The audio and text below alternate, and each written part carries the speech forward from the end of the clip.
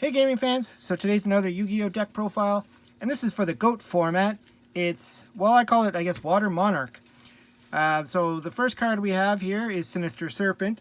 This is a card that you're going to want to get into the graveyard really fast because he keeps coming back during your standby phase to your hand. And he's good for some of the discard effects that are in this deck.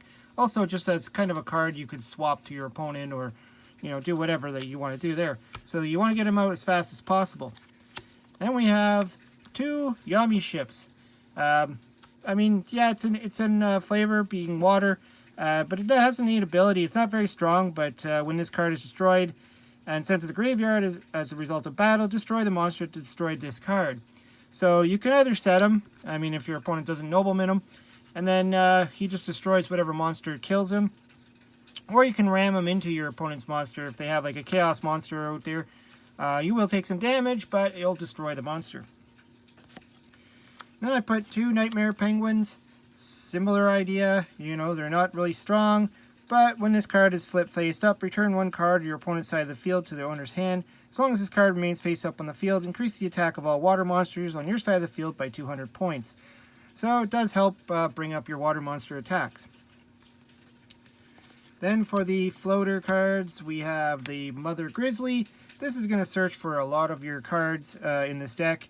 Obviously, you can get your Yami ship if you don't like the monster your opponent has. You can grab your Sinister Serpent, whatever you need. Also, what I'm including in this deck are two Revival Jams. This is going to help with the Monarchs as well, because if this card dies, it gets summoned back to the field during your next turn by paying 1,000 life points. So it's a pretty decent card. I mean, it has to die by battle, but this is GOAT format, and a lot of monsters do get destroyed by battle. So you can float your, you can set or ram your Mother Grizzly and then get out your Revival Jam.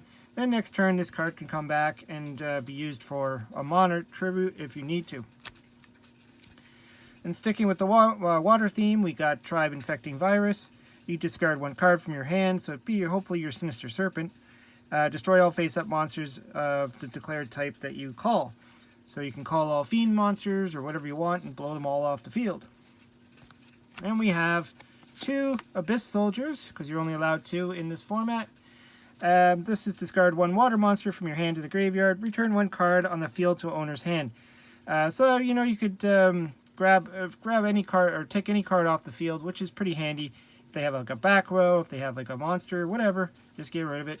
Again, more for your Sinister Serpent play. So you want to get Sinister Serpent out ASAP. Breaker the Magical Warrior, because he's just good.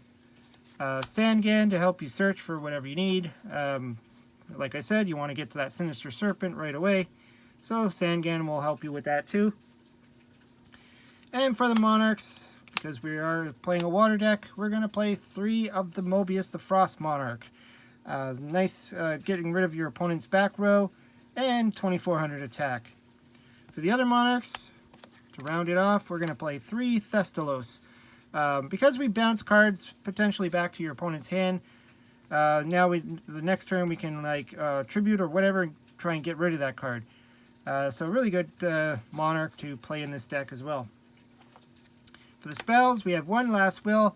This will help get your stuff out faster, your Sinister Serpent or a Sangan or whatever you need. If a monster of yours is sent from the field to the graveyard during the turn that this card was played, select one monster with an attack of 1,500 points or less from your deck and special summon it.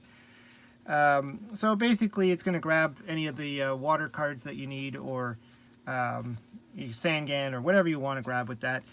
You play it on a turn that you're going to tribute to or ram one of your monsters into your opponent.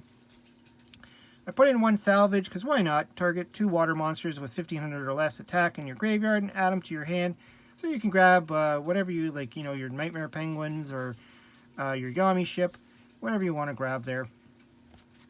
Of course, we have Pot of Greed, Graceful Charity, Delinquent Duo, the Trinity as they always like to call this.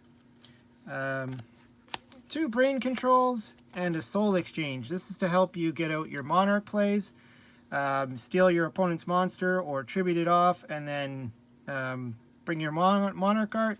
this could be a pretty powerful play if you steal their monster, tribute it off, and then destroy 2 back row with your Mobius. So you can get a lot of advantage there.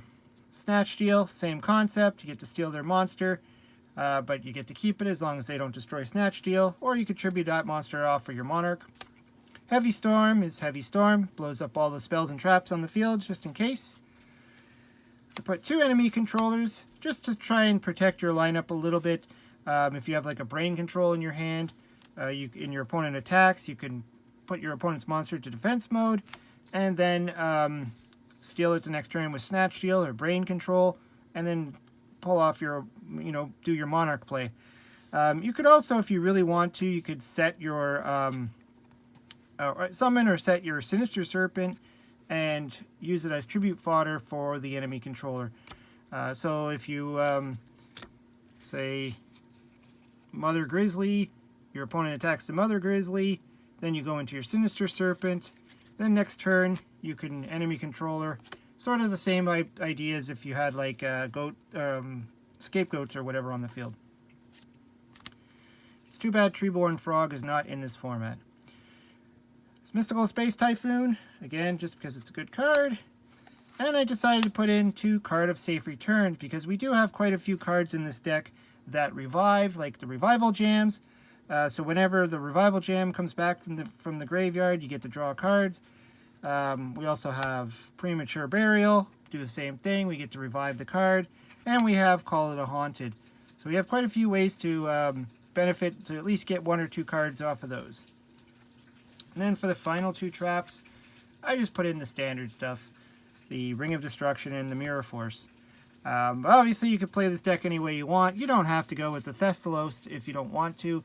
You can go, if you want to draw cards, you can put in, what's his name, Aeronite Parseth, or you can play Zaborg, or whatever Monarch you want, or even Jinzo. There's a lot of options you could put in there if your opponent plays a lot of traps and you want to always stifle those traps. And it's a good way to, stop them from activating the traps, so the next turn you could Mobius them out. Anyways, that's my Water Monarch deck. I'll probably play around with this deck and maybe change it up a bit, but this is how I kind of like it right now. And I don't know, I'll see how the Card of Safe Return works in this. I was thinking of adding a Manticore Darkness, just because these guys are Beast Warriors, so you can get that Manticore play off the Card of Safe Return. Just something I was thinking about. Anyways, let me know what you think. Throw some comments down below. Hope you subscribe, and we'll talk to you later.